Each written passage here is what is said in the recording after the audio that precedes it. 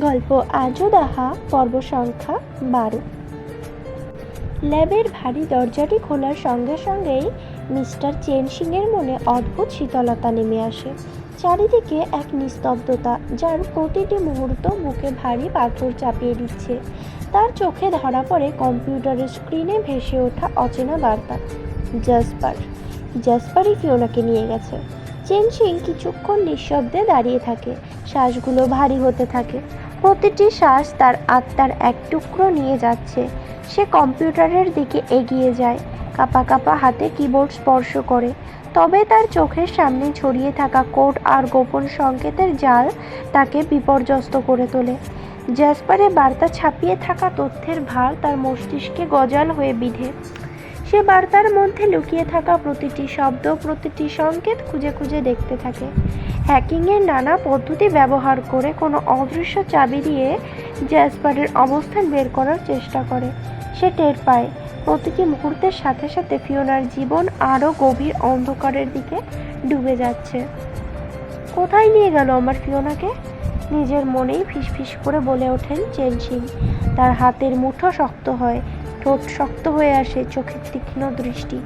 Jasper ছায়ার মতো সরে গেছে, তার অস্তিত্বের কোনো ছাপ রেখে যায়নি। তার লোকেশন খুঁজে বের করার জন্য চেন সিং নানা পদ্ধতি অবলম্বন করে, কম্পিউটার সিস্টেমের গভীরে প্রবেশ করে, কিন্তু কোথাও কোনো চিহ্ন নেই, কোনো ফাঁক নেই। চেন সিংয়ের মাথায় আকাশ ভেঙে পড়ার মতো অনুভূতি হয়। তারপর তিনি উঠে দাঁড়ান, ভ্রু কুঁচকে একমাত্র প্রতিজ্ঞাই করে বসেন, ফিওনাকে আমি খুঁজে বের করব, যদি সবকিছু চূর্ণও করতে হয়। ওয়াং লি তাড়াহুড়ো করে ল্যাবে প্রবেশ করে। তার পদক্ষেপের ভারী শব্দেই চেন সিং বুঝতে পারে ওয়াং লি ল্যাবে প্রবেশ করেছে। ওয়াং লি চেন সিংয়ের সামনে এসে দাঁড়ায়, মুখের গভীর রেখাগুলো উদ্বেগের চিহ্ন বয়ে নিয়ে এসেছে। মিস্টার চেন সিং, ফিওনার কোনো খোঁজ পেয়েছেন? তার কণ্ঠস্বরের মধ্যে তীব্র উদ্বেগ স্পষ্ট। চেন সিং নিঃশব্দে মাথা নিচু করে থাকা কম্পিউটার স্ক্রিনের দিকে ইশারা করে। ওয়াং লি সামনে এগিয়ে যায়। স্ক্রিনের গাঢ় অক্ষরে ভাসমান সেই বার্তাটি দেখে চোখ পড়তেই তার ভেতরটা শীতল হয়ে যায়। আতঙ্কে শীতল হাওয়া মেরুদণ্ড বেয়ে নেমে আসে। তার মানে ওই ড্রাগনটা ফিওনাকে নিয়ে গেছে? ওয়াং লির কণ্ঠে অবিশ্বাস। চেন সিং এর চোখে ক্রোধের আগুন জ্বলে ওঠে, তবে তার কণ্ঠে থেমে আসা অসহায়তা ফুটে ওঠে। মিস্টার ওয়াং লি, এখন আমরা কি করব? কোথায় খুঁজব তাকে? ওয়াং লি হঠাৎ মনোযোগ দিয়ে বার্তাটির প্রতি গভীরভাবে লক্ষ্য করে। তার তীক্ষ্ণ দৃষ্টিতে একটুখানি ভেসে থাকা ইমেল ঠিকানাটি ধরা পড়ে। 1 মিনিট, দেখো তো এই ইমেল ঠিকানাটি রেখেছে। এটা যোগাযোগের মাধ্যম হতে পারে, ওয়াং লি বলে। এক মুহূর্তও দেরি না করে চেন সিং সেই ইমেল ঠিকানাটি কপি করে দ্রুত মেসেজ টাইপ করতে শুরু করে। তার আঙুলগুলো দ্রুত গতিতে কিবোর্ডের ওপর চলতে থাকে। জাসপার, আমার ফিওনাকে কোথায় নিয়ে গেছো? ওকে ফেরত দাও। তোমার ভাইয়ের বন্দির সাথে ওর কোনো যোগসূত্র নেই, ও কিছুই জানে না।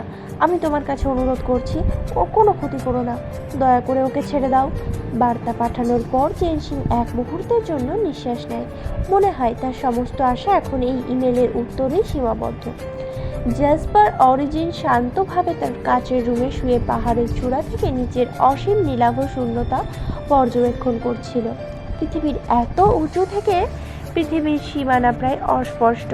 তার শরীর এই অনন্ত মহাকাশের সঙ্গে মিলেমিশে একাকার। ঠিক এই মুহূর্তে থরিনিয়াস ভেতরে প্রবেশের অনুমতির জন্য সংকেত পাঠায়। জাসপার ইঙ্গিতে স্লাইডিং দরজা মসৃণভাবে খুলে যায়। থরিনিয়াস তার প্রতিরূপ শুদ্ধ সম্মান নিয়ে প্রবেশ করেন। Prince origin. থরিনিয়াসের গভীর প্রভাবশালী কণ্ঠস্বর কক্ষের নির্জনতা ভঙ্গ করে। আপনাকে বিরক্ত করার জন্য সরি, কিন্তু আপনার জন্য জরুরি বার্তা এসেছে ল্যাব থেকে। জাসপার ধীরে ধীরে উঠে বসে। তার চোখে তেমন কোনো ভাবান্তর নেই, তবে ঠোঁটের কোণে এক অদ্ভুত উষ্ণতা দেখা যায়। বার্তা কে পাঠিয়েছে?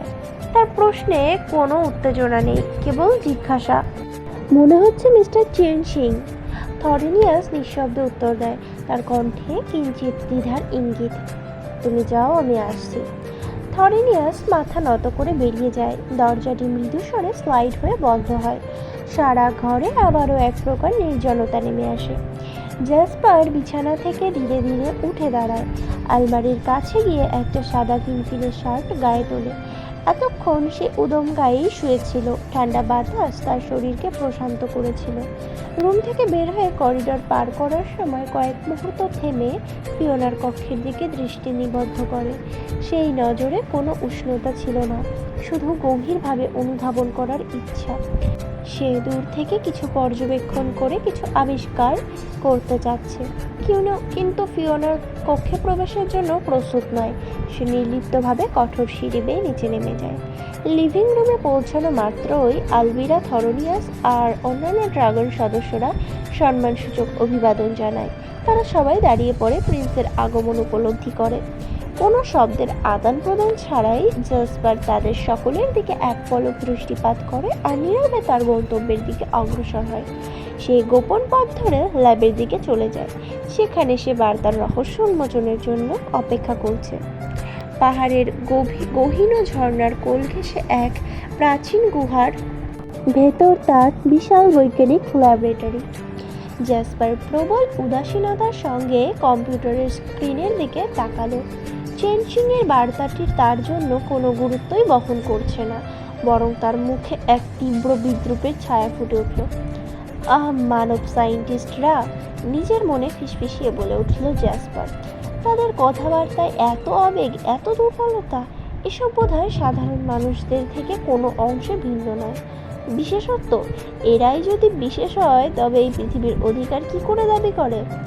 সে ধীরে ধীরে কম্পিউটার কিবোর্ডের ওপর আঙুল চালিয়ে বার্তা লিখতে শুরু করলো। তার প্রতিটি অক্ষরে দৃঢ়তা ফুটে ওঠে। মিস্টার চেনশিং, টাইপ করলো সে, যদি আপনার প্রিয় নাতনিকে অক্ষত অবস্থায় ফেরত পেতে চান তবে আগে আমার ভাই এথেরিয়নকে সুস্থ আর নিরাপদে আমার কাছে ফিরিয়ে দিতে হবে। আপনি যদি মনে করেন আপনার বৈজ্ঞানিক দক্ষতা আমাকে প্রভাবিত করতে পারবে তবে তা ভ্রান্ত। মনে রাখবেন, ফিওনা এলিসন আমার কাছেই বন্দী থাকবে, আর আমার শর্ত না মানলে সে সারা জীবন আমার অধীনেই থেকে যাবে। আমার ভাইয়ের যদি একটি তিল পরিমাণও ক্ষতি হয় তবে পৃথিবীতে যে আলোতে আজ ফিওনার জীবন আলোকিত, সে আলো চিরতরে নিভে যাবে। বার্তাটি পাঠিয়ে সে দাঁড়িয়ে কিছুক্ষণ নিশ্চুপ অন্ধকারে নিমজ্জিত রইল। সেই মুহূর্তে সমগ্র পৃথিবী তার হাতে বন্দী। সময় আর বাস্তবতা তার অধীনেই কৃত্রিমভাবে পরিচালিত হচ্ছে। মিস্টার চেনশিং আর ওয়াংলি তৎক্ষণাৎ নড়ে চড়ে বসলেন। কম্পিউটারের স্ক্রিনে ঝলসে ওঠা বার্তাটি তাদের হৃৎপিণ্ডে তীব্র আঘাত হেনে গেল। মিস্টার চেনশিং এর মুখের উদ্বেগের ছায়া ফুটে উঠল। তিনি দ্রুত ওয়াংলির দিকে ফিরে বললেন, মিস্টার ওয়াংলি, আমার মনে হচ্ছে আমাদের এথেরিয়নকে মুক্তি দিতে হবে।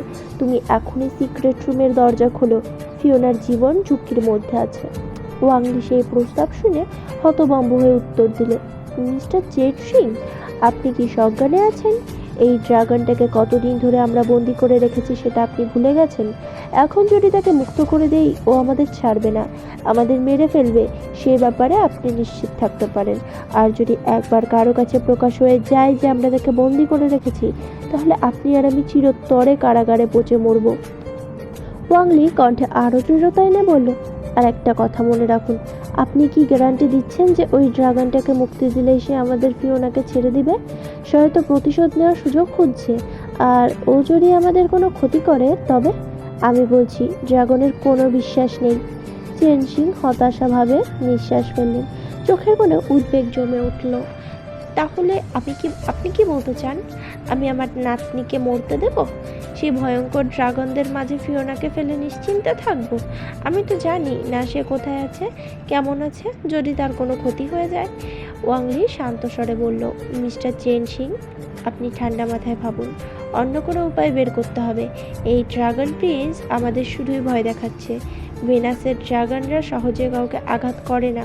আমি জানি ফিওনা নিরাপদে আছে, ওরা ফিওনার কোনো ক্ষতি করবে না, কারণ সে নির্দোষ। কিন্তু আমাদের বিপদ হতে পারে যদি বিষয়টা ফাঁস হয়ে যায়। ফিওনা সহ আমরা সবাই বিপদে পড়ব। ফিওনা ওই ল্যাবে প্রবেশ করেছে, তারও শাস্তি হবে। আপনি চাইলে একবার ভেবে দেখুন। চেনশিং কপালের ঘাম মুছলেন, সবকিছু দুঃস্বপ্নের মতো লাগছিল। যে দুঃস্বপ্নের শেষ কোথায় তিনি বুঝতে পারছেন না। তিনি কিছুক্ষণ স্তব্ধ থেকে ওয়াংলির কথাগুলো ভাবলেন, কিন্তু তার চোখে জল করছে নাতনির জন্য এক প্রবল উদ্বেগের ছায়া। জ্যাসপারের চোখের সামনে ভেসে উঠল মিস্টার ওয়াংলির পাঠানো রিপ্লাই বার্তা, বরফ ঠান্ডার সতর্কবার্তা, যেখানে মিশেছিল হুমকির আগুন। আমি জানি তোমরা ড্রাগনরা বিনা কারণে মানুষকে ক্ষতি করো না, আর ফিওনা নির্দোষ। তবে তোমার ভাইকে আমরা ছেড়ে দেব না। আমাদের কাজ সম্পূর্ণ হবে তারপর। হ্যাঁ, তোমার ভাই মরবে না, তবে ড্রাগনের শক্তি হারাবে। তুমি যদি চাও যে আমরা তাকে পুরোপুরি শেষ না করি, তবে ফিওনাকে ছেড়ে দাও। বার্তাটি পড়ার সাথে সাথেই জ্যাসপারের শিরায় শিরায় রক্ত ধাক্কা খেল। এক মুহূর্তের জন্য নিজেকে সংযত রাখতে পারল না। তার শরীর আগুনের মতো জ্বলছিল রাগে আর প্রতিশোধের ক্ষুধায়। তার সামনে থাকা কম্পিউটারটিকে এক টানে তুলে আছাড় দিল মেঝেতে। মুহূর্তের মধ্যে সেটি ভেঙে চুরমার হয়ে গেল। তার ড্রাগনের চোখে বিদ্রোহের আগুন জ্বলতে লাগলো। তোমরা এখন আমাকে চিনতে পারোনি মিস্টার জেনশিং, নিজের মনে ফুঁসে উঠল জ্যাসপার, কণ্ঠে প্রতিরোধের সুর। তোমার নাতনির এমন করুণ পরিণতি ঘটবে যা তোমার অপরাধের মূল্য বহন করবে। আমার ভাইকে আমি মুক্ত করব, তবে ফিওনাকে আর তুমি পাবে না। তোমার নাতনি এবার তার গ্র্যান্ডফাদারের পাপের শাস্তি পাবে। জ্যাসপার তার দানবীয় ড্রাগন মনে জানত, যখন প্রিন্স অরিজিনের কথা অমান্য করে, তখন মৃত্যু তার জন্য অপেক্ষা করে। ফিওনা ক্ষুধার যন্ত্রণায় পেট মুচড়ে উঠছিল। সে গুটিসুটি মেরে বিছানায় শুয়েছিল। হঠাৎ করেই দরজার শব্দে চমকে উঠল। কক্ষে প্রবেশ করলো জ্যাসপার। দ্রুত পদক্ষেপে এগিয়ে এলো, তার মুখে গম্ভীর আর কঠোর অভিব্যক্তি। ফিওনা কোনো রকমে উঠে বসলো, চোখে উদ্বেগ আর হতাশার ছাপ।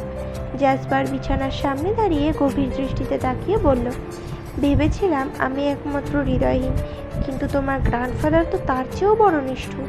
ভাবতাম মানুষের মধ্যে আবেগ থাকে, কিন্তু তোমার নানা খুবই বিচক্ষণ। ফিওনা ভ্রু কুঁচকে উঠল। সে কিছুই বুঝতে পারল না। তুমি কি বলছো? তার কণ্ঠে অস্পষ্ট উদ্বেগ। জ্যাসপার এক গভীর শ্বাস নিল, চোখে তীব্রতা ফুটে উঠল। তোমার নানাকে বার্তা পাঠিয়েছিলাম। তোমার মুক্তির বিনিময়ে আমি শর্ত দিয়েছিলাম, কিন্তু তোমার জীবনের চেয়ে তার কাছে অন্য কিছু বেশি মূল্যবান। ফিওনা ফিসফিস করে বলল, কখনোই না। আমার গ্র্যান্ডপা কখনোই এ কথা বলতে পারে না। মিথ্যা বলছো। আর তুমি কি শর্ত দিয়েছো? জ্যাসপার একটু ঝুঁকে ফিওনার চোখের গভীরতায় তাকালো। তুমি কি সত্যিই জানো না ফিওনা, তোমার নানার সিক্রেট রুমে কি আছে? ফিওনার হৃদয় দ্রুত বেগে ধুকপুক করতে লাগলো, মাথা ঝিমঝিম করতে শুরু করলো। না, আমি জানি না। তার কণ্ঠস্বর কাঁপছিল, চোখের কোণে জল জমে উঠেছিল। জ্যাসপার মুহূর্তেই ফিওনার গলা চেপে শূন্যে তুলে ধরল। তার শক্তপোক্ত পুরুষালী হাতের শক্তি এত ছিল যে ফিওনা নিঃশ্বাস নিতে পারছিল না। সে হতাশার সঙ্গে হাত দিয়ে ছাড়ানোর চেষ্টা করছিল আর পা ছটফট করতে লাগলো, কিন্তু কোনো লাভ হচ্ছিল না। জ্যাসপারের চোখে ক্ষোভ আর প্রতিশোধের অগ্নি জ্বলছিল। শুনে রাখো, জ্যাসপার গম্ভীর কণ্ঠে বলল, তোমার প্রিয় নানা আমার ভাই ড্রাগন এচরিয়নকে বন্দি করে রেখেছে সেই সিক্রেট রুমে। তাকে শারীরিকভাবে যন্ত্রণা দিয়ে যাচ্ছে দিনের পর দিন। এবার তার ভুলের শাস্তি তুমি পাবে ফিওনা। ফিওনার চোখে আতঙ্ক ছড়িয়ে পড়ল। আমাকে ছাড়ো। তার কণ্ঠস্বরে অস্পষ্ট হয়ে গেল, কিন্তু জ্যাসপার কঠোর। তোমাকে আমি এমন হাল করব, জ্যাসপার বলল, তার ঠোঁটের কোণে অদ্ভুত হাসি ফুটে উঠল, যে তুমি নিজেই মরতে ভিক্ষা চাইবে, কিন্তু সেই করুণাও আমি করব না তোমার প্রতি। ফিওনার বুকের ভেতর ভয়াবহ শিহরণ বয়ে গেল, তার চোখের কোণে জল জমে উঠল। সে মনে মনে প্রার্থনা করতে লাগলো, প্রার্থনা তার নানার কাছে, প্রার্থনা সৃষ্টিকর্তার কাছে। কিন্তু জ্যাসপারের চোখের কঠিনতা আর প্রতিশোধের অঙ্গীকারের দিকে তাকিয়ে তার মনে হচ্ছিল সব আশা মুহূর্তেই চুরমার হয়ে গেছে। জ্যাসপার অবশেষে ফিওনার গলা ছেড়ে দিল। ফিওনা ধপ করে ফ্লোরে বসে পড়ে গেল, আর জ্যাসপার দ্রুত পেছনে সরে গিয়ে দরজার দিকে অগ্রসর হল। ফিওনা একেবারের জন্য মুহূর্তের জন্য অচেতন হয়ে পড়ে। তার শরীর মাটির সাথে মিশে গেছে। মুহূর্তের জন্য অনুভূতি ছিল শূন্য, আর তার মাথা এমনি ছিল। তারপর যখন জ্ঞান ফিরে এলো, তখন সে তার মাথায় হাত বুলিয়ে আঘাতের তীব্রতা উপলব্ধি করল। সে ব্যথায় তীব্রতার চিৎকার করতে ছিল, কিন্তু প্রার্থনা দিয়ে শব্দ বের হল না। পায়ে